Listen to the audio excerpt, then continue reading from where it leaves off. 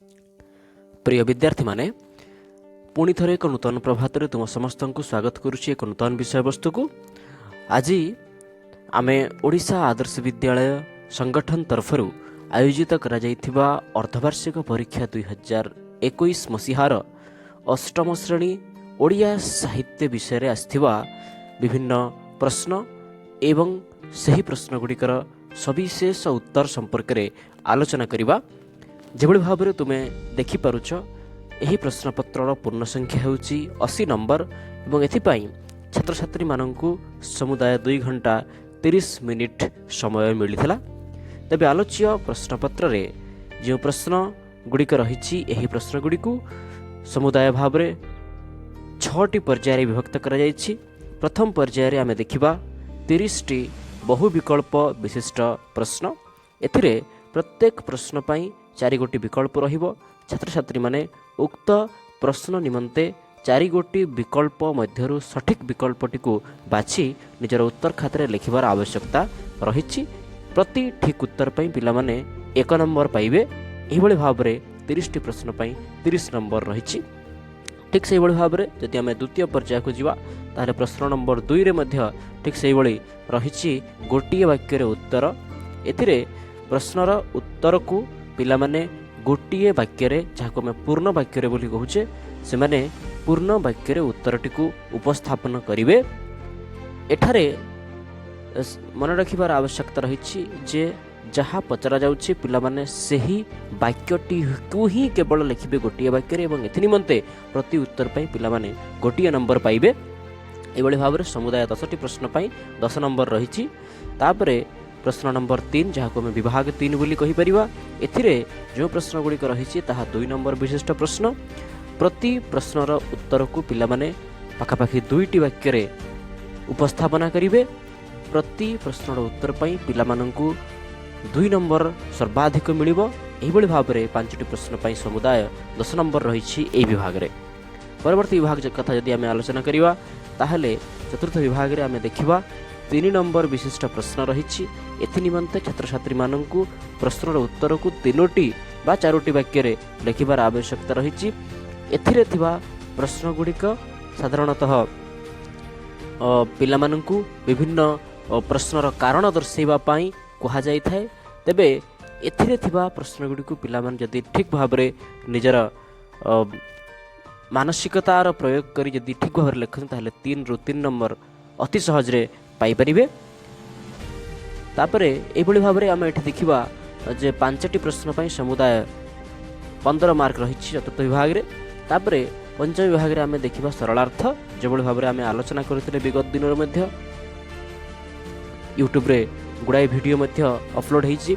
ତେବେ ଏଇ ସରଳାର୍ଥ ପାଇଁ ଏଥିରେ ଆମେ ଦେଖିବା ପ୍ରତି ସରଳାର୍ଥ ପାଇଁ 5 ନମ୍ବର ହିସାବରେ 2ଟି ସରଳାର୍ଥ ରହିଛି, ଗୋଟିଏ ପଦ୍ୟରୁ ଅନ୍ୟଟି ଗଦ୍ୟରୁ। ପିଲାମାନେ ଏଥିରୁ ଯଦି ଠିକ୍ ଭାବରେ ଲେଖନ୍ତି ତାହେଲେ 10ରୁ 10 ନମ୍ବର ମଧ୍ୟ ପାଇବା ଅସମ୍ଭବ ନୁହେଁ। ଏବଂ ଶେଷ ପର୍ଯ୍ୟାୟରେ ଆମେ ଦେଖିବା ଏକ ଦରଖାସ୍ତ ଲେଖିବା ପାଇଁ କୁହାଯାଇଛି। ଏହି ଦରଖାସ୍ତ ଏକ ବିଜ୍ଞାନ ମେଳା ଆୟୋଜନ କରିବା ପାଇଁ ଆଦର୍ଶ ବିଦ୍ୟାଳୟ ଅଧ୍ୟକ୍ଷ ମହୋଦୟଙ୍କୁ ଦରଖାସ୍ତ ଲେଖାଯିବା ପାଇଁ କୁହାଯାଇଛି ଏବଂ ଏଥି ନିମନ୍ତେ ନମ୍ବର ରହିଛି ସମୁଦାୟ 5 ନମ୍ବର। ତେବେ ଏହିଭଳି ଭାବରେ 6ଟି ପର୍ଯ୍ୟାୟରେ ଆମେ ଉକ୍ତ ପ୍ରଶ୍ନପତ୍ରକୁ ଆଲୋଚନା କରିବା ଆଜି। ତେବେ ପ୍ରଥମ ପର୍ଯ୍ୟାୟର ପ୍ରଥମ ପ୍ରଶ୍ନକୁ ଆମେ ଯିବା। ଏଠି ପିଲାମାନେ ଧ୍ୟାନ ଦେଇ ଶୁଣିବେ। ପ୍ରଶ୍ନ ରହିଛି ଯେ ଓଡ଼ିଆ ଭାଷାରେ ଗଣକବି ଭାବରେ କାହାକୁ ଭୂଷିତ କରାଯାଇଛି।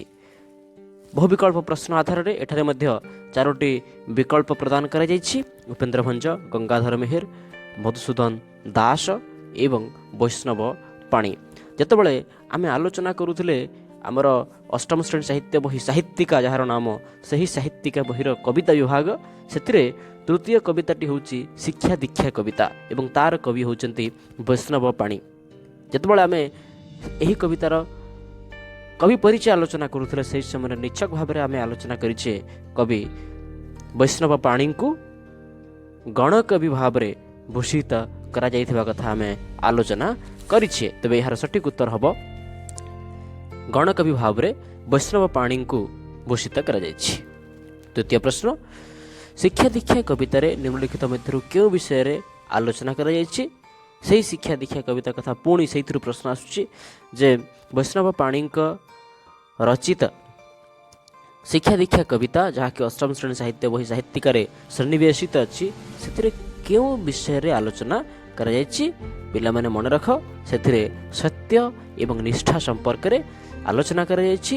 ଏଠାରେ ସତ୍ୟ ଏବଂ ନିଷ୍ଠା କିଏ କାହାକୁ ଶିକ୍ଷା ଦେଉଛନ୍ତି ନା ପ୍ରଭୁ ଶ୍ରୀରାମଚନ୍ଦ୍ର ଯେତେବେଳେ ବନବାସକୁ ଗମନ କରିଛନ୍ତି ସେହି ସମୟରେ ଭରତ ତାଙ୍କୁ ଫେରାଇ ଆଣିବା ପାଇଁ ବିଭିନ୍ନ ପ୍ରୟାସ କରିଛନ୍ତି। ଶେଷରେ ସେ ପହଞ୍ଚି ଯାଇଛନ୍ତି ସେହି ବନରେ ଯେଉଁଠି ବିଚରଣ କରୁଛନ୍ତି ମାତା ସୀତା ଏବଂ ଲକ୍ଷ୍ମଣଙ୍କ ସହିତ ପ୍ରଭୁ ଶ୍ରୀରାମ। ସେଇଠାରେ ରାଜ୍ୟ ଶାସନ କରିବା ଏବଂ ବିଭିନ୍ନ ସତ୍ୟ ଏବଂ ନିଷ୍ଠା ରୂପକ ବାଣୀରେ ଭୂଷିତ କରିଛନ୍ତି ପ୍ରଭୁ ଶ୍ରୀରାମଚନ୍ଦ୍ର କାହାକୁ? ନିଜର ପ୍ରାଣଠାରୁ ପ୍ରିୟ ଭାଇ ଭରତକୁ। ଏହି କଥା ଆଲୋଚନା କରାଯାଇଛି ଆମର ଶିକ୍ଷା ଦୀକ୍ଷା କବିତାରେ ସତ୍ୟନିଷ୍ଠା କଥା। ତେବେ ଏହାର ସଠିକ ଉତ୍ତର ହେବ ସତ୍ୟ ନିଷ୍ଠା।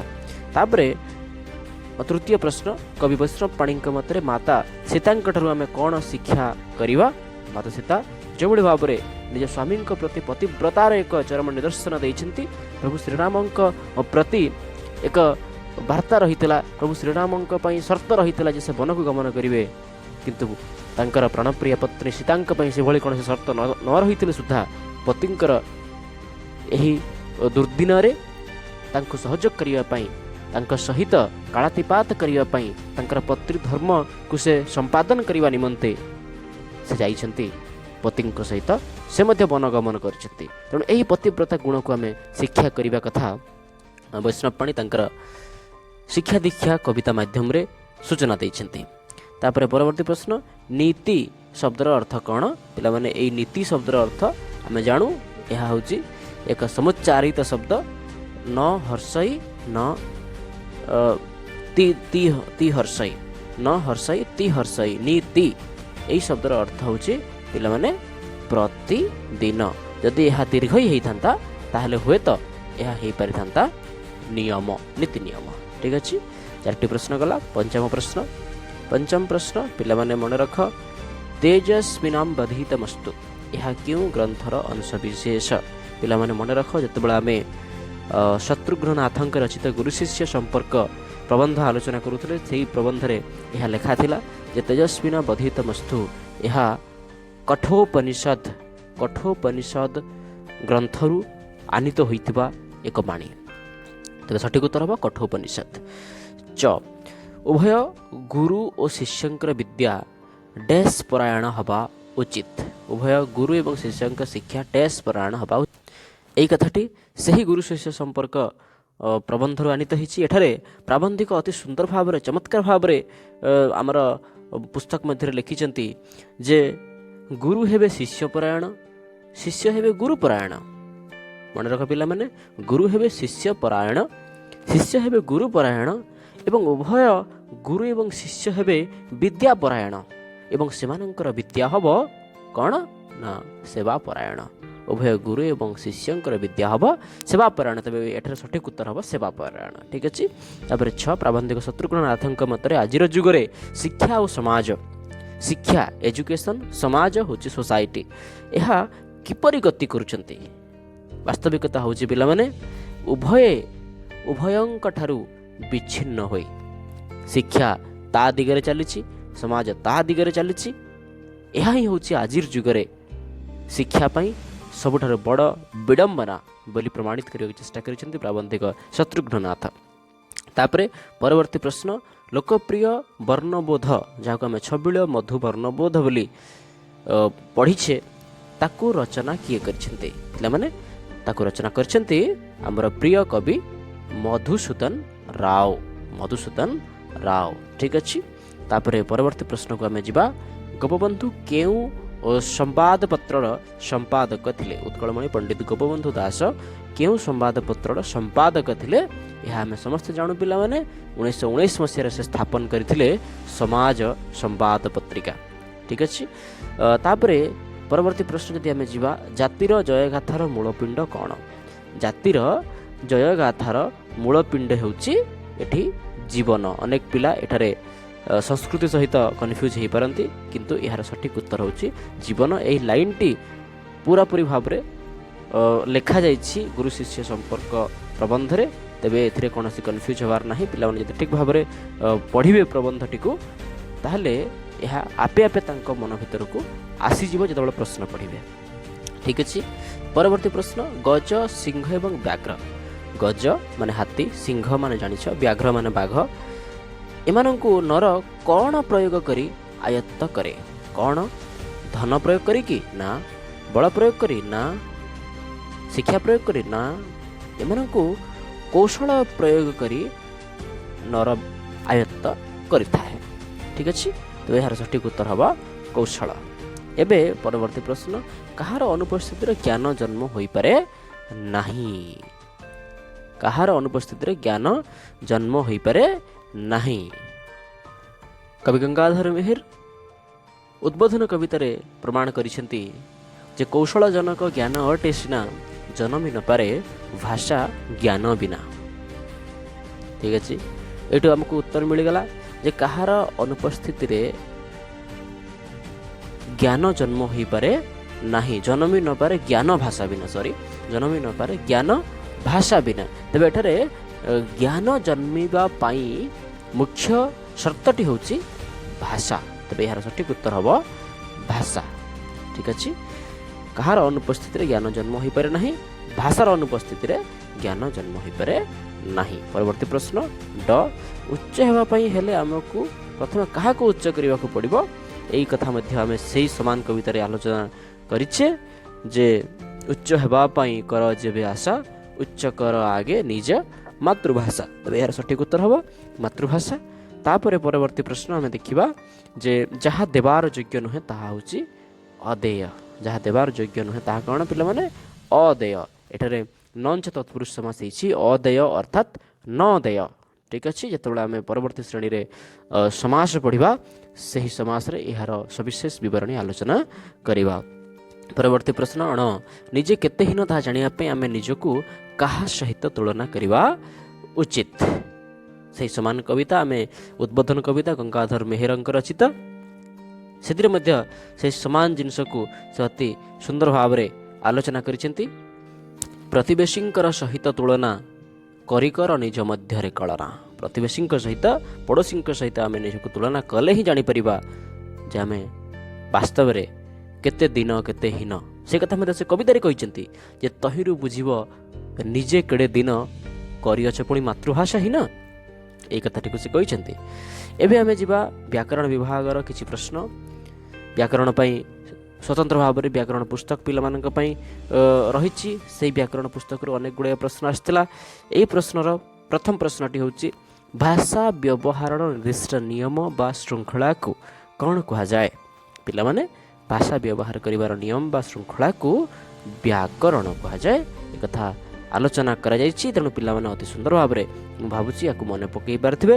ତାପରେ ଧ୍ୱନିର ଲେଖ ରୂପ, ଧ୍ୱନିର ଲେଖ ରୂପକୁ କ'ଣ କୁହାଯାଏ? ପିଲାମାନେ, ତାହା ହେଉଛି ବର୍ଣ୍ଣ। ଧ୍ୱନିର ଲେଖ ରୂପକୁ ବର୍ଣ୍ଣ କୁହାଯାଏ। ଓଡ଼ିଆ ଭାଷାରେ ସମୁଦାୟ ଧ୍ୱନି ସଂଖ୍ୟା କେତେ? ଏଠି ପିଲାମାନେ ହୁଏତ ଚିନ୍ତା କରିପାରନ୍ତି ଯେ ବର୍ଣ୍ଣ ସଂଖ୍ୟା ସହିତ ସେମାନେ ଦ୍ୱନ୍ଦ୍ୱରେ ପଡ଼ିପାରନ୍ତି। ପିଲାମାନେ ବର୍ଣ୍ଣ ପଚାରୁନାହିଁ, ଏବେ ଏଠି ପଚରାଯାଉଛି ପିଲାମାନଙ୍କୁ ଧ୍ୱନି। ଧ୍ୱନି ଯେତେବେଳେ ଆମେ ଆଲୋଚନା କରିଥିଲେ ଆମେ ଜାଣିଥିଲେ ଯେ ଧ୍ୱନି ଅଲଗା, ବର୍ଣ୍ଣ ଅଲଗା ଏବଂ ଗୋଟିଏ ନିର୍ଦ୍ଦିଷ୍ଟ ଧ୍ୱନି ପାଇଁ ଏକାଧିକ ବର୍ଣ୍ଣ ହୋଇପାରେ। ତେଣୁ ବର୍ଣ୍ଣ ସଂଖ୍ୟା ଅଧିକା ହୋଇପାରେ, କିନ୍ତୁ ଧ୍ୱନି କେବଳ ଯେତିକି ଉଚ୍ଚାରଣ ହେଉଛି ସେଗୁଡ଼ିକ ଆମର ଧ୍ୱନି। ତେବେ ଏହାର ସଠିକ୍ ଉତ୍ତର ହେଉଛି ପିଲାମାନେ 41। 41ଟି ଧ୍ୱନି। ଓଡ଼ିଆ ଭାଷାରେ ସମୁଦାୟ ଧ୍ୱନି ସଂଖ୍ୟା ହେଉଛି 41। 41ଟି ଧ୍ୱନି ଉଚ୍ଚାରିତ ହୁଏ। ହୁଏତ ସେହି ସମାନ ଧ୍ୱନି ପାଇଁ ଯଦି ଅଧିକ ବର୍ଣ୍ଣ ଥାଏ ତାହେଲେ ତାହା 49କୁ ବର୍ଣ୍ଣ ସଂଖ୍ୟା ଭାବରେ ଆମେ ନେଇପାରିବା। ଠିକ୍ ଅଛି।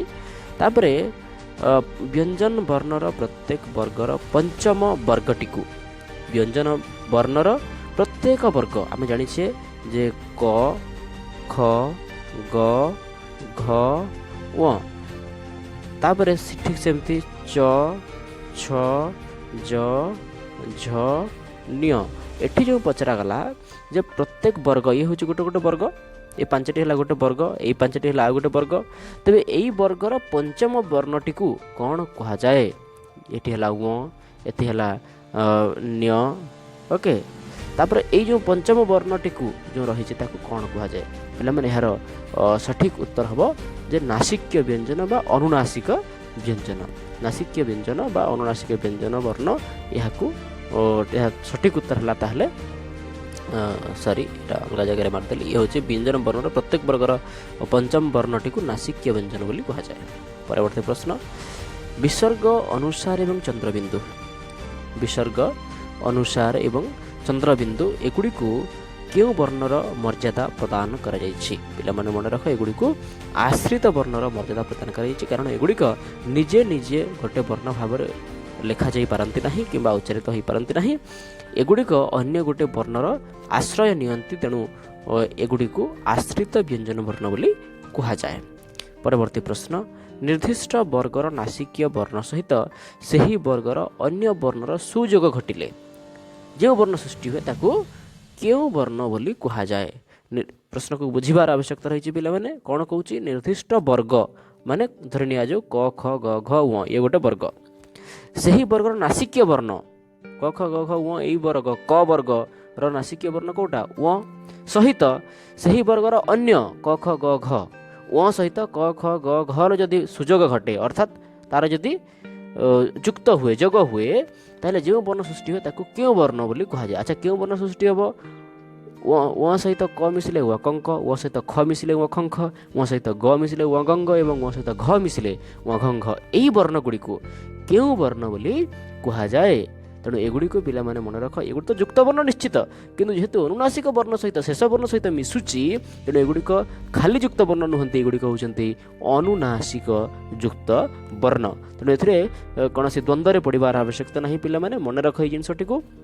परवर्ती प्रश्न को आमे जिबा तालव्यस दंत्यस मूर्धन्यस एवं ह एही चारोटी वर्ण को क्यों वर्ण भाव में परिचय प्रदान करा जायछि पिला माने मन रख एई चारोटी वर्ण होचंती ओडिया भाषार उष्म वर्ण कारण एसबू को उच्चारण कला बेले आम मुखरू मुख गह्वर मध्य उष्म वायु और बाहर को निर्गत हुए तेणु एगुड़िक होचंती उष्म वर्ण। अच्छा ओडिया भाषा रे ह्रस्व स्वर वर्ण संख्या केते हम जानिछु जे स्वर वर्ण को विभाग रे व्यक्त करा हेछि गोटे हला ह्रस्व स्वर अन्यटी हला दीर्घ स्वर अन्यटी हला संयुक्त स्वर। तबे ह्रस्व स्वर दीर्घ स्वर संयुक्त स्वर एमति तीनटा जाक प्रश्न पड़िछि। तबे ह्रस्व स्वर वर्ण संख्या पिला माने मन रख जो समुदाय 11टी स्वर वर्ण भितरु ह्रस्व स्वर होछि मात्र 6टी मन रख 6टी ह्रस्व स्वर। तापरे दीर्घ स्वर मन रख पिला माने दीर्घ स्वर होछि मात्र 3टी एवं संयुक्त स्वर होछि मन रख ता होछि मात्र 2टी ऐ एवं औ ता होछि संयुक्त स्वर ठीक अछि एवं बाकी गुडी को हला ह्रस्व एवं दीर्घ। तापरे ओडिया व्यंजन वर्ण गोष्ठी रे केतोटी वर्ण को वर्गीय व्यंजन भाव में गृहीत कराइछि। वर्गीय माने 5टी वर्ग आमे जानू 5टी वर्ग रे प्रति वर्ग रे 5टी लेखा 5 गुणन 5 आमे जानू 25 तबे एही 25टी वर्ण को आमे नैछु वर्गीय व्यंजन भाव में। आमे परवर्ती प्रश्न को जिबा ता होछि जे त थ द ध न एही 5टी वर्ण केउ वर्ग अंतर्भुक्त अटंती। आमे जानू पिला माने जे ओडिया भाषा रे जो वर्गीय व्यंजन रही ताकू 5टी वर्ग रे विभक्त करा जायछि। सेगुड़ी कहला क ख ग घ व ए होछि कंठ्य वर्ग च छ ज झ न्य ये होचंती तालव्य वर्ग ट ठ ड ढ ण एई 5टी होचंती मूर्धन्य वर्ग त थ द ध न ये होचंती दंत्य वर्ग एवं प फ ब भ म ये होचंती ओष्ठ्य वर्ग। तबे एई नियम दृष्टि आमे देखिबा जे त थ द ध न यह क्यों वर्ग यह होचंती दंत्य वर्ग। ओके परवर्ती प्रश्न निम्नलिखित वर्ण गुड़िक मध्य क्योंटी एक उष्म वर्ण आमे जानू पिला माने उष्म वर्ग 4टी उष्म वर्ण 4टी रही तालव्यस मूर्धन्यस दंतस एवं ह तबे एइथिरु सठिक उत्तर ह। तापरे परवर्ती प्रश्न स्वर वर्णर सांकेतिक चिन्ह गुड़ी को कौन कहा जाए आमे जानू पिला माने जे स्वर वर्णर सांकेतिक चिन्ह गुड़ी को आमे कहूचु मात्रा एवं ताहा यदि व्यंजन वर्ण होइते ताहले आमे ताको कहबा फळा एवं एठी गुटे युक्त वर्ण दिछि कतक त एई कतक त केउ दुईटी वर्ण मिसी सृष्टि होइछि क युक्त त कतक त अवश्य करे गोटे हलत लागिबो कतक त ठीक अछि। तबे ये होछि हमर प्रथम विभागर प्रश्न आमे वर्तमान आलोचना करिबा द्वितीय विभागर प्रश्न यह होछि गोटे वाक्य रे उत्तर लेख। द्वितीय विभाग रे प्रथम प्रश्न थिला वृक्ष महात्म्य कवितार कवि किए ପିଲାମାନେ ମନେ ରଖ, ବୃକ୍ଷ ମାହାତ୍ମ୍ୟ କବିତାର କବି ହେଉଛନ୍ତି ଅତିବଡ଼ି ଜଗନ୍ନାଥ ଦାସ ଏବଂ ସେ ଭାଗବତ ଓଡ଼ିଆ ଭାଗବତ ରଚନା କରିବା ପାଇଁ ସାରା ଓଡ଼ିଶାର ଘରେ ଘରେ ପୁରେ ପୁରେ ସୁପରିଚିତ। ତାପରେ ଖ ଦାମୋଦର କିଏ? ଆମେ ଜାଣୁ ଦାମୋଦର ହେଉଛନ୍ତି ପିଲାମାନେ ପ୍ରଭୁ ଶ୍ରୀକୃଷ୍ଣ। ଦାମୋଦର ଶ୍ରୀକୃଷ୍ଣ। କାହା କିରଣରେ ପଦ୍ମ ଫୁଲ ଫୁଟିଥାଏ? ପିଲାମାନେ ସୂର୍ଯ୍ୟଙ୍କ କିରଣରେ ପ୍ରଭାତରୁ ପଦ୍ମ ଫୁଲ ଫୁଟିଥାଏ। ଉଦ୍ବୋଧନ କବିତାରେ ପଢ଼ିଥିଲେ। ତାପରେ ଶିକ୍ଷା ଦୀକ୍ଷା କବିତାଟି କବିଙ୍କର କେଉଁ ଗୀତିନାଟ୍ୟରୁ ଆନିତ ହୋଇଛି? ତାହା ରାମ ବନବାସ ଗୀତିନାଟ୍ୟରୁ ଆନିତ ହୋଇଅଛି। ପରବର୍ତ୍ତୀ ପ୍ରଶ୍ନ, ସୁଦୁରିଆନା କିଏ? ପିଲାମାନେ ରୋଗୀ ସେବା ପ୍ରବନ୍ଧରେ ପଢ଼ିଛେ ଆମେ। ସୁଦୁରିଆନା ହେଉଛନ୍ତି ସୁଦର୍ଶନ ପ୍ରହରାଜ। ଗୁରୁଙ୍କୁ ନ ମଣିବ ନର, ଗୁରୁ ହିଁ ସାକ୍ଷାତ ଈଶ୍ୱର। ଗୁରୁଙ୍କୁ ନ ମଣିବ ନର, ଗୁରୁ ହିଁ ସାକ୍ଷାତ ଈଶ୍ୱର। ତାପରେ ପରବର୍ତ୍ତୀ ପ୍ରଶ୍ନକୁ ଆମେ ଯିବା। ପରବର୍ତ୍ତୀ ପ୍ରଶ୍ନ ହେଉଛି ହରି ସିଂ କେଉଁ ପୋଷ୍ଟ ଅଫିସରେ ଚାକିରି କରୁଥିଲେ? ଏହା ଆମେ ଡାକମୁନ୍ସି ଗଳ୍ପରେ ପଢ଼ିଛେ। ଡାକମୁନ୍ସି ଗଳ୍ପରେ ଗୋପାଳର ବାପା ହରି ସିଂ କେଉଁ ପୋଷ୍ଟ ଅଫିସରେ? ସେ କଟକର ସଦର ପୋଷ୍ଟ ଅଫିସରେ ଚାକିରି କରୁଥିଲେ। ବଚନ କାହାକୁ କୁହାଯାଏ? ଯେଉଁ ସଂକେତରୁ ଆମେ କୌଣସି ଏକ ବସ୍ତୁର ସଂଖ୍ୟା ଜାଣିପାରୁ ବା କୌଣସି ଏକ ଯେଉଁ ଶବ୍ଦରୁ କୌଣସି ଏକ ବସ୍ତୁ ବା ପ୍ରାଣୀର ସଂଖ୍ୟା ଜଣାପଡ଼େ ତାକୁ ଆମେ ବଚନ ବୋଲି କହୁ। ପିଲାମାନେ ପୁରୁଷ କେତେ ପ୍ରକାର? ଆମେ ଜାଣୁ ପୁରୁଷ 3 ପ୍ରକାର। ପ୍ରଥମ ପୁରୁଷ, ଦ୍ୱିତୀୟ ପୁରୁଷ, ତୃତୀୟ ପୁରୁଷ ଏବଂ ପ୍ରତ୍ୟେକ ପୁରୁଷ ପାଇଁ ଏକ ବଚନ ବହୁ ବଚନ ମଧ୍ୟ ରହିଛି। ଦ୍ୱିଜ ଶବ୍ଦର ସ୍ତ୍ରୀଲିଙ୍ଗ ବାଚକ ଶବ୍ଦଟି କ'ଣ ହେବ? ଦ୍ୱିଜା। କେବଳ ଗୋଟେ ଆକାର ଲାଗିବ। ଠିକ୍ ଅଛି। ପରବର୍ତ୍ତୀ ପ୍ରଶ୍ନକୁ ଆମେ ଯିବା ପିଲାମାନେ।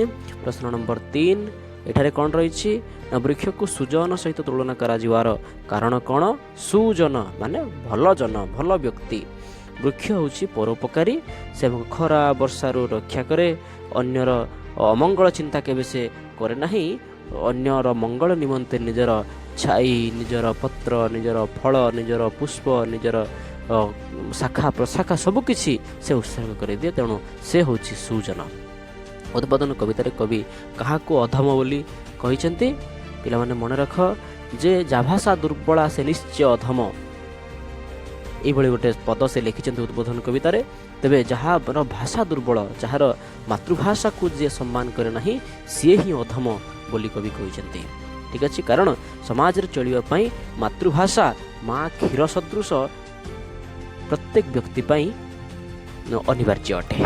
ତାପରେ ପରବର୍ତ୍ତୀ ପ୍ରଶ୍ନ, ତାହା ହେଉଛି କେଉଁ ପରିସ୍ଥିତିରେ ରାଜା ଦଶରଥ ପରଲୋକ ଗମନ କଲେ? ଆମେ ଜାଣୁ ଯେ ମନ୍ଥରା ଦାସୀର ପ୍ରରୋଚନାରେ ପଡ଼ି ମାତା କୈକେୟୀ 2ଟି ବର ମାଗି ବସିଲେ। ପ୍ରଥମ ବରଟି ଭରତ ରାଜା ହେବେ ଏବଂ ଦ୍ୱିତୀୟ ବର ଏହି ଯେ ରାମଚନ୍ଦ୍ର 14 ବର୍ଷ ନିମନ୍ତେ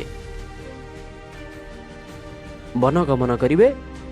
ନିଜ ପୁତ୍ରକୁ ଅତି ସ୍ନେହ କରୁଥିବା ପିତା ରାଜା ଦଶରଥ ସେ ପିତା ପୁତ୍ରଙ୍କର ଅବର୍ତ୍ତମାନରେ ଏବଂ ପୁତ୍ର ବିୟୋଗରେ ତାଙ୍କୁ ଝୁରି ଝୁରି ପରଲୋକ ଗମନ କଲେ। ରୋଗୀ ସେବା ପ୍ରବନ୍ଧ ଆଧାରରେ ଗ୍ରାମବାସୀମାନଙ୍କର ଡାକ୍ତରଙ୍କ ପ୍ରତି କ'ଣ ଧାରଣା ଥିଲା?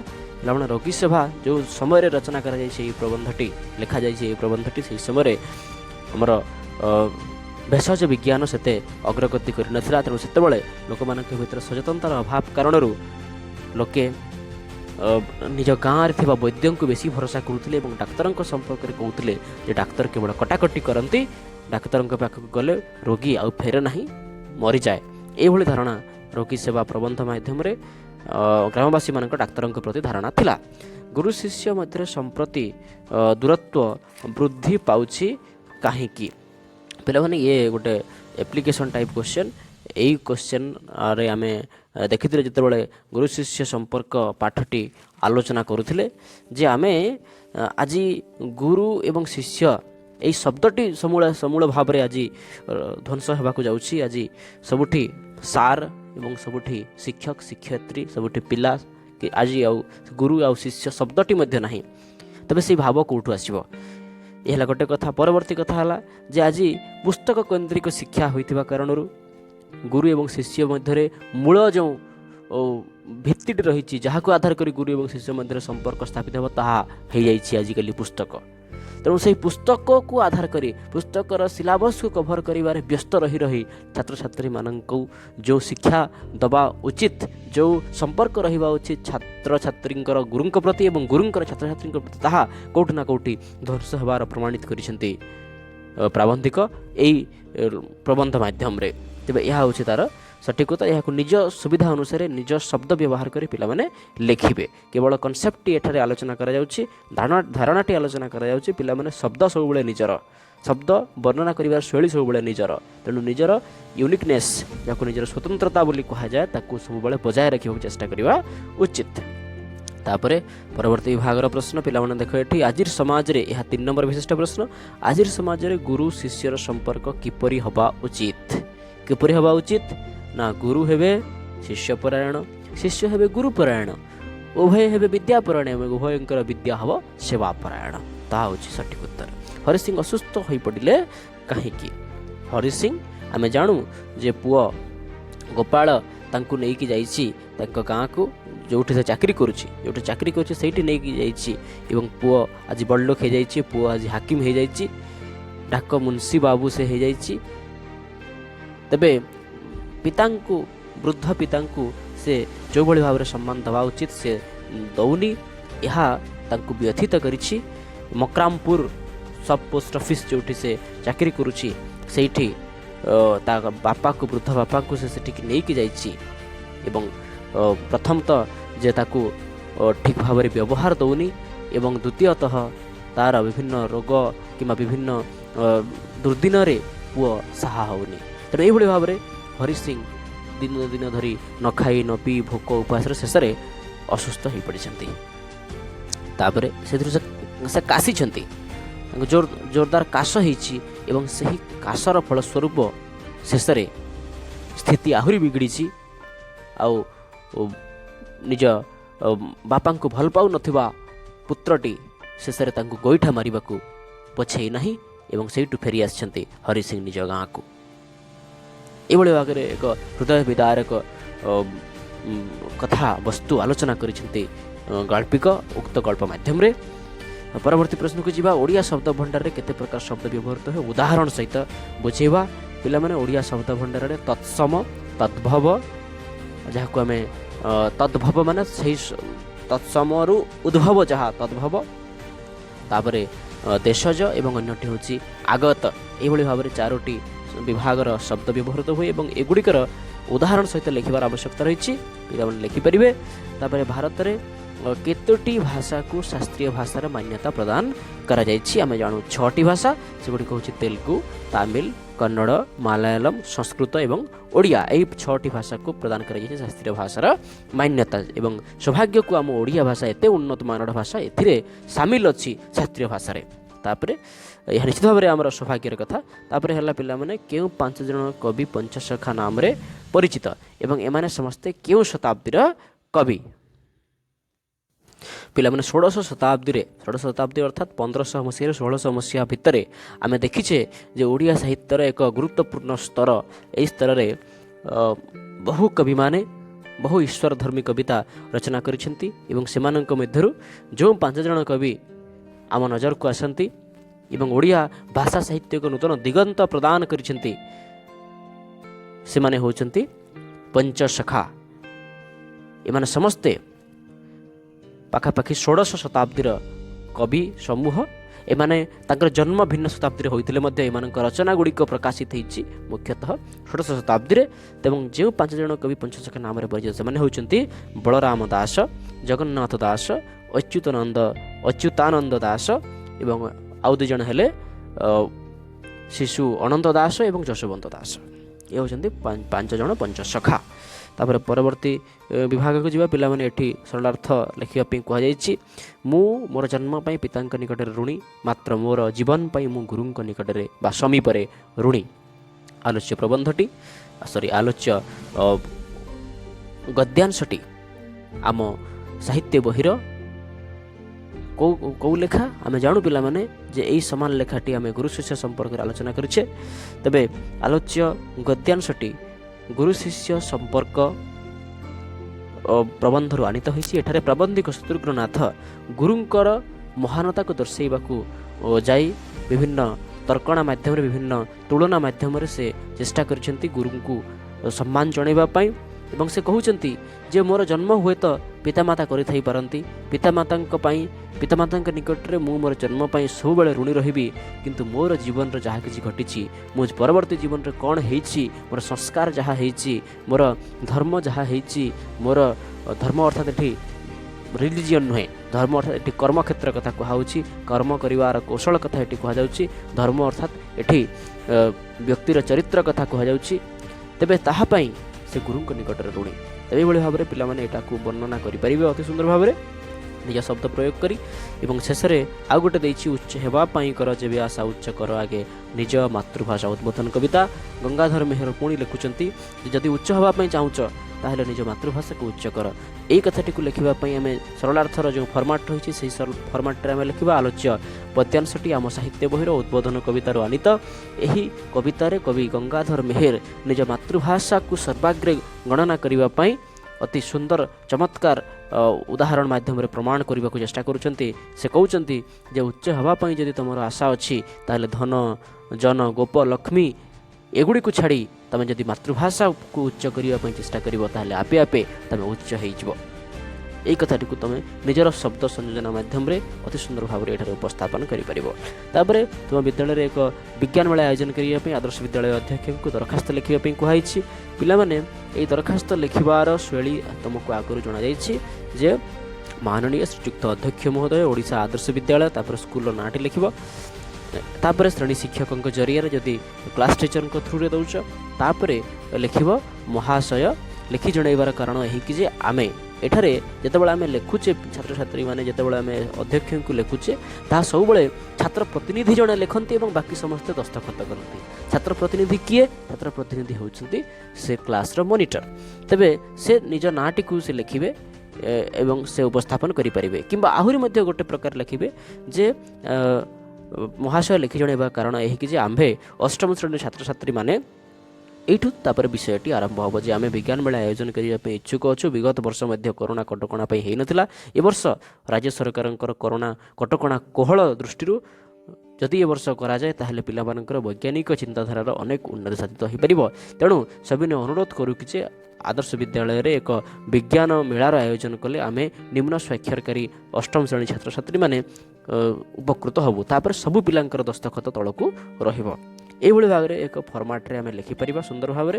ତେଣୁ ଏହା ଏକ ଫର୍ମାଲ୍ ଲେଟର୍ ହୋଇଥିବା କାରଣରୁ ଏଥିରେ ବିଭିନ୍ନ ପ୍ରକାର ଫର୍ମାଟ୍ ଆମେ ଲେଖିକି ତାକୁ ଅତି ସୁନ୍ଦର ଭାବରେ ଉପସ୍ଥାପିତ କରିପାରିବା। ତେବେ ପିଲାମାନେ ଆଜି ଆମେ ଏହି ସମ୍ପର୍କରେ ଆଲୋଚନା କରୁଥିଲେ।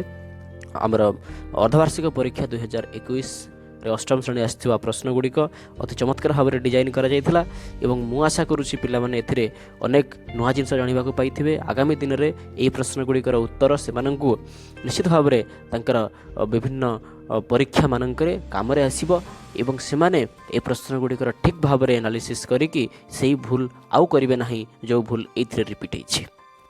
ତେବେ ପିଲାମାନେ ଆଜିର ଭିଡ଼ିଓରେ କେବଳ ଏତିକି। ପୁଣି ଥରେ ଏକ ନୂତନ ବିଷୟବସ୍ତୁ ନୂତନ ଭିଡ଼ିଓ ସହିତ ବହୁତ ଶୀଘ୍ର ଆସିବି ତୁମମାନଙ୍କ ପାଖକୁ। ସେତେବେଳେ ପର୍ଯ୍ୟନ୍ତ ରହୁଛି। ଧନ୍ୟବାଦ।